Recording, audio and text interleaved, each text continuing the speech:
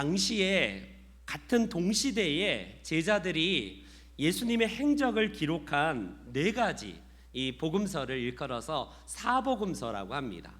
마태, 마가, 누가, 이 세 명이 하나님의 아들이신 예수 그리스도를, 물론 약간 관점은 다르긴 하지만 이 세 명이 예수님의 오심과 탄생과 부활하심에 대한 전체 이 모든 플롯이 다 비슷해요.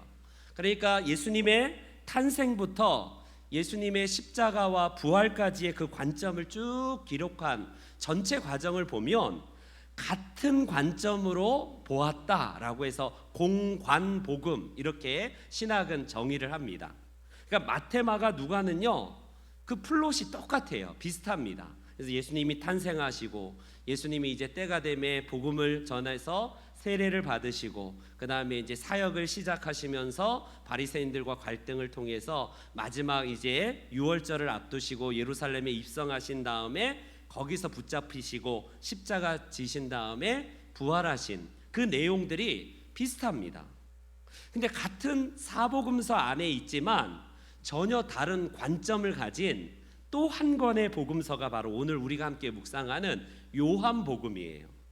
요한복음은 이 세 명의 관점과는 완전히 다르게 출발을 합니다. 예수님의 탄생 기사가 요한복음에는 기록이 되지 않아요. 어떤 이는 이렇게 말합니다. 아니, 그 중요한 예수님의 탄생을 왜 기록하지 않았느냐, 읽어보면 성경을 믿지 못하겠다, 이렇게 말하는 분들도 있습니다. 여러분, 여기서 만약에 똑같이 우리가 어떤 주제만 툭 던져주고 우리가 어떤 시가 되었던 수필이 되었던 산문이 되었던 소설이 되었던 우리가 만약에 뭔가를 적는다고 하면 각자의 관점이 다 다를 거예요. 근데 이 네 명을 똑같이 판에 박아서 네 명이 다 똑같이 기록한 것이 아니라 세 명은 공간복음이라 해서 비슷한 관점이지만 또 다른 관점으로 기록을 합니다. 예컨대 마태는 같은 동족인 이 유대인들에게 예수님이 구약에서 바로 예언했던 바로 우리의 왕이시다, 그분이 진짜 메시아이다 라는 사실을 누구보다도 잘 알고 있는 동족인 유대인들의 기록을 했어요. 그리고 마가는 로마인들에게, 아무래도 이방 사람들이니까 예수님에 대한 이 복음서를 기록하면서 굉장히 짧게 그리고 간단하게 기록을 하지만 명확하게 그분이 우리의 종으로 오신 분이다. 로마 사회는요, 노예와 종이 어떤 개념인지 너무나 잘 알아요. 종은 죽기까지 그냥 순종하고 철저하게 죽다가 그냥 소리 없이 그냥 죽은 존재, 그게 바로 종들입니다. 예수님이야말로 우리를 위해서 철저하게 희생당한 종으로 오신 분이다라고 이 마가가 이야기를 하는 겁니다. 누가는 인간의 예수님, 어느 복음서보다 예수님이 인간적인, 그래서 예수님이 눈물을 흘리셨더라, 시장하시더라, 인간에 대한 부분들이 누가복음만큼 같은 헬라인에게 기록되었기 때문에 최고의 철인이 누구인가, 이게 이제 이 헬라 사람들의 특징 아닙니까? 그래서 철학자, 우리 모든 사람의 완성을 이루신 진짜 사람은 누구인가? 그게 바로 우리 예수님이다. 이게 비슷해요. 예수님의 오심과 부활하심에 대한 기록이 관지만 요한은요, 전혀 다른 관점입니다. 그래서 우리가 말씀드렸듯이 요한복음을 가장 먼저 읽으라고 우리가 보통 권하긴 하지만 가장 쉽게 쓰여진 것처럼 보이지만 가장 어려워요. 신학자들이 마태, 마가, 누가, 요한복음 중에 요한복음이 신학이 가장 심오하고 굉장히 깊습니다. 그래서 마태, 마가, 누가는요, 공간복음은 넓고 예수님에 관한 넓은 이해를 위해서는 이 세 복음서를 보지만 예수님의 깊은 신학적인 이 모습들을 보려면 요한복음을 보라라는 말이 있을 정도로 요한복음은 쉬운 것처럼 보이지만 굉장히 깊고 심오해요. 그래서 오늘 우리는 요한복음을 통해서 예수님이 어떤 분으로 소개하고 있는지를 이 1장부터 아예 그냥 다른 말 하기도 전에 예수님의 공생의 사역 시작부터 요한복음은 바로 시작을 하고 있습니다.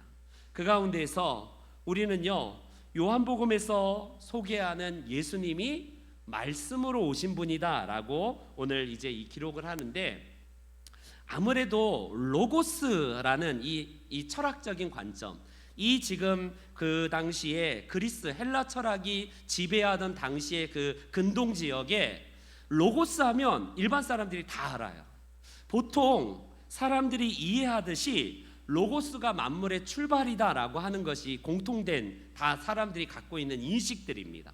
로고스는 뭔지 모르지만 말씀으로 이제 번역이 되기도 하고 모든 것의 어떤 근원, 그거를 출발을 의미하는 단어가 로고스인데, 이 개념을 바로 1세기 당시의 사람들에게 가장 접목하기 좋은 단어가 뭘까? 요한은 바로 말씀이신 그리스도, 로고스로 오신, 말씀의 현원으로 오신 예수님을 소개하면서 로고스라는 단어를 먼저 접목하면서 말씀을 하고 있습니다. 그래서 오늘 그분이 어떤 로고스로 우리 가운데 오셨는가를 본문에서 소개하는데, 먼저 14절 우리 상반절부터 한번 첫째 줄만 한번 읽어볼게요. 요한복음 1장 14절 같이 읽습니다. 시작. 거기까지요. 여러분, 첫 번째로 예수님, 로고스 되신 그분이 우리 가운데 거하신 분으로 오늘 요한은 우리들에게 예수님을 소개하고 있습니다.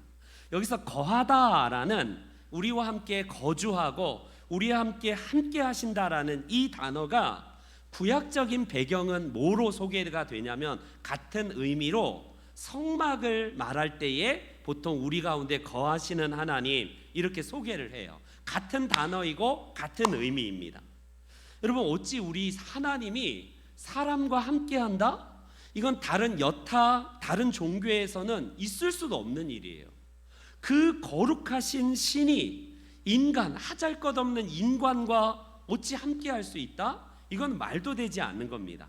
그런데 성경은 줄곧 구약에서 그 보이지 아니하시는 하나님이 성막에 우리와 함께 거하시고 계시고, 오늘 시작 시대에 말씀이신 그분이 우리 가운데 직접 보여지는 하나님으로 오신 분이 바로 우리 예수 그리스도, 로고스로 오신 예수님이다라는 사실을 말씀합니다.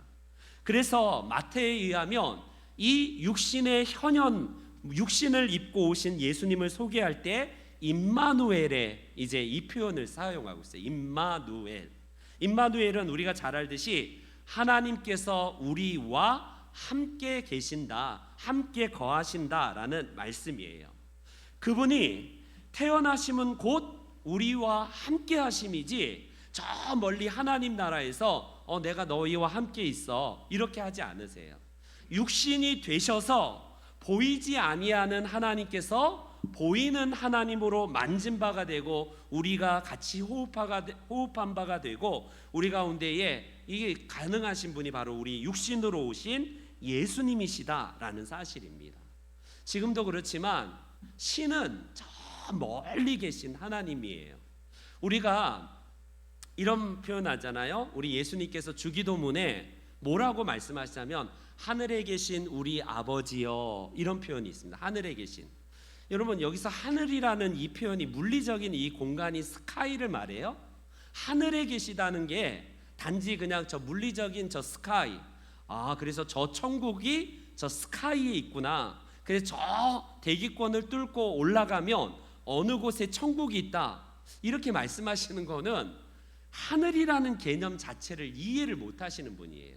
그거는 스카이가, 물리적인 공간의 스카이가 아니라 헤븐을 의미하잖아요. 이건 단지 하나님께서 물리적인 공간으로 떨어져 계신다는 의미보다는 예수님께서 말씀하신 하늘에 계신 우리 아버지여 라고 하는 건 인간과 근본적으로 질적으로 다르신 분이기다라는 의미에서 하늘에 계신 우리 아버지라는 이 표현을 합니다.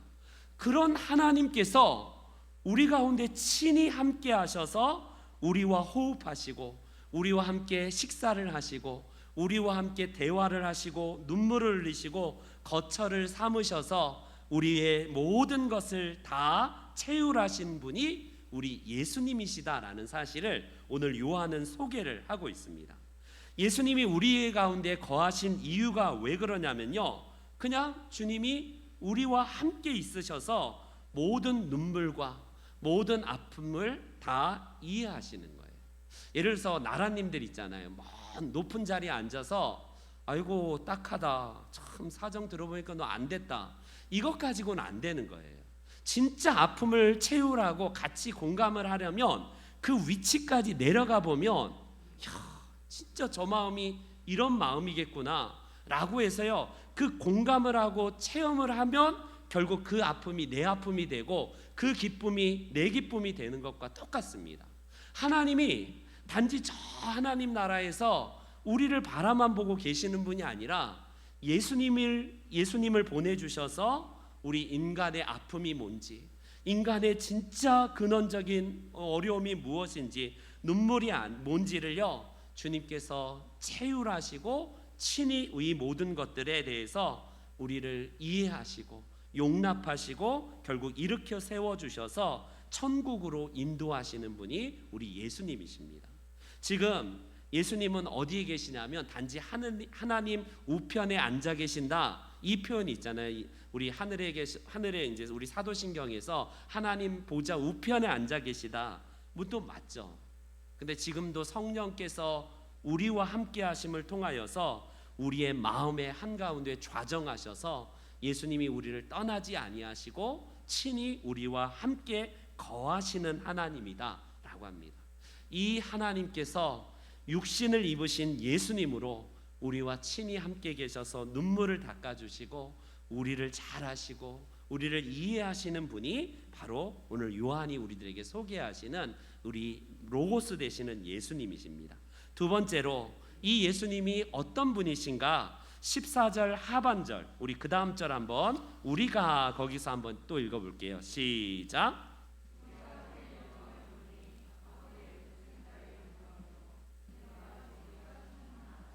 충만하다라는 단어를 요한은 또 기록을 합니다. 같은 의미에서 16절에도 같은 의미로 이렇게 말을 해요. 우리가 다 그의 충만한 데서 받으니 은혜 위에 은혜다. 여러분, 얼마나 넘치고 풍요롭고 얼마나 가득 풀로 찼냐면요, 충만하다는 이 헬라어를 써요. 충만하다, 그거는 넘치고 넘쳐서 이거는 가득 완전히 채워진 상태를 의미해요.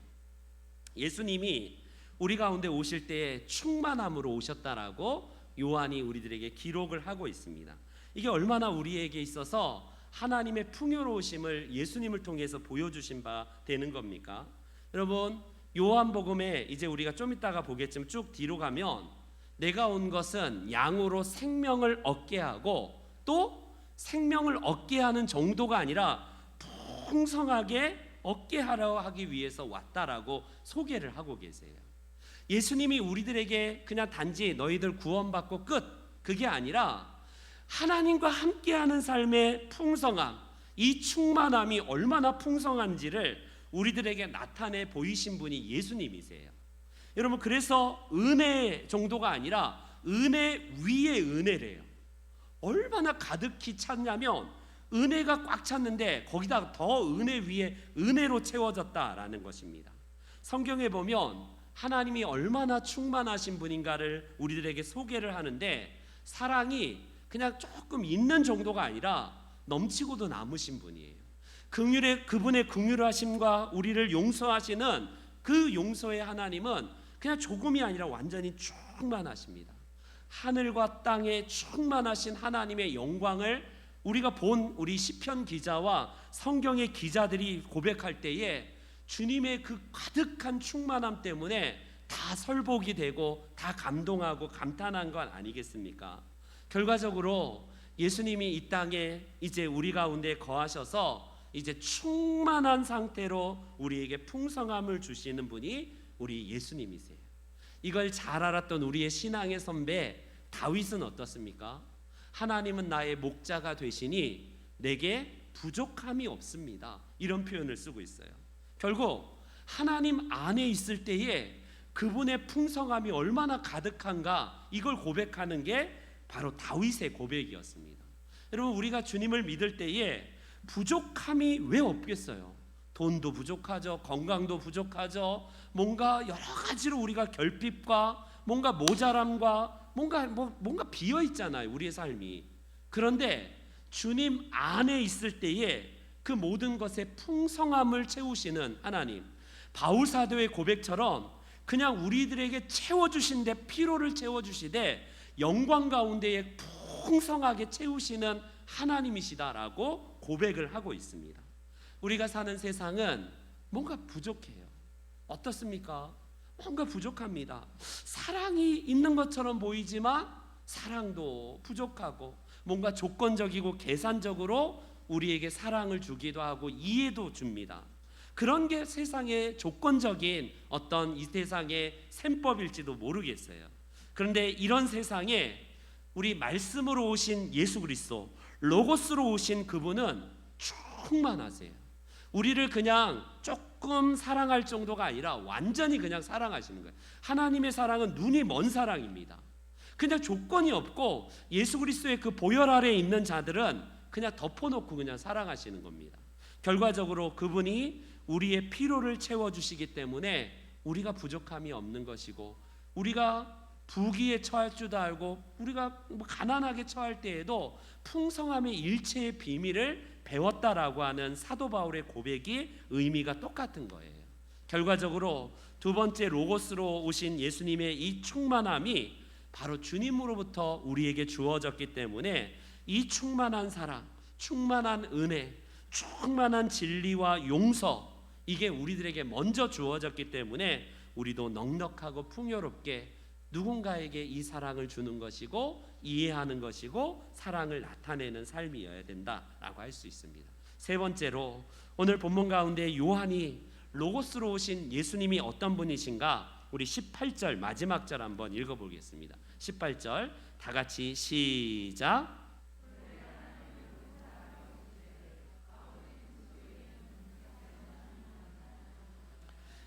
예, 하나님이 나타나셨다라고 하는데, 그분이 바로 하나님을 본 사람은 아무도 없지만 드디어 때가 되매 예수님이 우리 가운데 오심을 통해서 하나님을 나타내신 분이 예수님이시다라는 사실입니다. 여러분, 우리가 우리의 생각을 결국에는 말로 표현하지 않나요? 말이라는 도구를 통해서 우리의 생각을 드러내는 도구가 바로 이 말이에요. 우리의 혀로. 만약에 말이 없다면 우리가 우리 속에 있는 우리의 속 사람이 어떤 생각을 하는지 잘 알아듣지 못할 겁니다. 바로 마찬가지로 하나님께서 말로만, 말씀으로만 그냥 세상을 창조하신 것, 그걸로 끝난 게 아니라 직접 말씀이신 그분을 우리 가운데 나타내셔서 내가 바로 너희들을 사랑한다라고 직접적으로 나타내 주신 분이 바로 우리 하나님이세요. 그렇기 때문에 우리는요, 하나님의 결국 위대한 능력도 말씀을 통해서 우리들에게 드러나게 되는데, 우리가 잘 알듯이 예수 하나님을 본 사람은 구약 시대부터 어떤 금기가 있냐면, 어떤 불문율이 있냐면 하나님을 보는 순간 죽는다. 이게 바로 우리 율법 시대에 보통 사람들이 갖고 있던 보편적인 생각 아닙니까? 하나님을 어떻게 함부로 인간이 보냐? 하나님을 본 사람은 다 그 순간에 죽는다. 그리고 어느 누구도 하나님을 본 사람이 없다. 이게 보편적인데, 드디어 때가 되매 하나님이 보이시는 하나님으로 우리 가운데 나타나신 분이 예수님이세요. 예수님 당시에 같이 사역을 했던 빌립이라는 제자가 예수님께 어느 날 하루는 이렇게 물어봅니다. 요청을 합니다. 예수님, 우리도 하나님 좀 보고 싶습니다. 이게 인간의 근본 본성이에요. 보면 두려워서 죽을 것 같은 두려움이 있지만 또 한편으로는 생생하게 진짜 그분이 살아계신 분인가 내 눈으로 보고 싶어하는 속성이 우리 가운데 있지 않나요?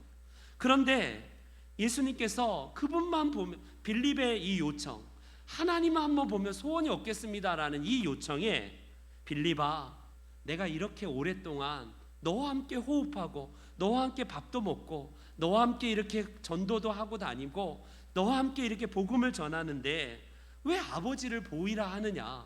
아버지를 보이라 하느냐? 나를 본 자는 곧 아버지를 본 자다라는 이 말씀을 하세요. 굉장히 유대인들, 바리새인들의 입장에서 보면 이거는 완전히 이건 해서는 안 될 말 아니겠습니까? 신성모독이라고 해서 바로 돌로 쳐서 죽일 만한 그런 내용이에요. 그런데 예수님은 요한복음에 계속해서 자기 정체성을 드러내는데 나를 본 자는 곧 하나님을 본 자다라는 이 말씀을 하십니다. 곧 내가 하나님이다라는 예수님의 이 말씀 아니겠어요? 우리는 도무지 볼 수 없는 그 하나님을 신약 시대를 살아가고 있는 우리는 눈으로 본 바가 되고 실체이신 그분을 우리는 보고 믿는 믿음이에요. 아브라함 저 멀리서 앞으로 장차 오실 메시아가 오실 것이다라는 하나님의 언약을 보면서 그들도 앞으로 오실 메시아를 믿고 그들도 신앙생활을 하는데 실체이신 예수님을 못 본 사람들이에요. 구약의 인물들은 앞으로 메시아가 오실 것이다, 그분을 통해서 우리가 구원을 얻을 것이다 라는 의미에서 예수님을 통해서 구원받는 건 다 똑같은데, 쉽게 말하면 구약시대 사람은 그 모델하우스, 이게 아파트 생기기 전에 모델하우스만 잠깐 보다가 끝난 인생들이지만, 우리는 진짜 아파트가 딱 들어와서 아파트에 들어가서 아파트 평수가 이렇구나, 실체이신 그분을 맛본 게 바로 우리 신약시대를 살아가는 우리입니다. 구약시대의 성도들이나 신약시대의 성도들이나 똑같아요. 구원받는 방법은. 구약시대의 사람들은 율법을 통해서 구원받은 게 아니라 앞으로 오실 저분이다, 저 메시아를 통해서 우리가 구원을 받는다. 근데 우리는 오신 예수님, 바로 이분이다, 실제이신 그분을 만진 바가 되고 본 바가 되고 우리는 호흡하면서 같이 그분을 이제 우리가 경험한 바가 되신 하나님이신 그분이 바로 말씀으로 오신 예수님이다라고 오늘 본문은 소개하고 있습니다. 우리가 이 세상에서 우리 주님을 바로 알아야 될 이유는 바로 예수님을 설명하기 위해서예요. 우리는요, 주님을 드러내기 위해서 오늘 이 땅에 여전히 호흡이 있고 오늘을 살아가는 것입니다. 저와 여러분들이 이제 이 말씀이 우리 가운데 거하시게 되고요, 우리 가운데 충만하신 충만으로 우리 가운데 함께 하시고 그분이 이제 실체로 우리 가운데 나타내신 분이 우리 하나님이시다라는 사실을 말씀합니다. 오늘 저와 여러분들에게 이 풍성하신 예수 그리스도의 그 은혜를 일부 조금 이 땅에서는 맛보고 말 게 아니라 저 영원한 하나님의 나라에서는 완전하게 우리가 이해하게 되고 그분을 맛보게 되겠지만, 이 땅에서도 주님이 풍성하게 주시는 그 은혜, 그리고 우리가 보여지는 그 하나님, 우리는 하나님을 볼 수도 없는 자인데 보는 하나님으로, 보여지는 하나님으로 우리가 하나님을 섬기고 있습니다. 저와 여러분들이 이 무더운 여름에도 주님의 그 발자취를 따라서 예수 그리스도의 아름다운 은혜를 우리 이 삭막하고 이 거친 세상 가운데 드러내고 나타내는 빛된 사명을 잘 감당하시는 우리 귀한 성도님들 다 되시기를 주의 이름으로 축원합니다. 아멘.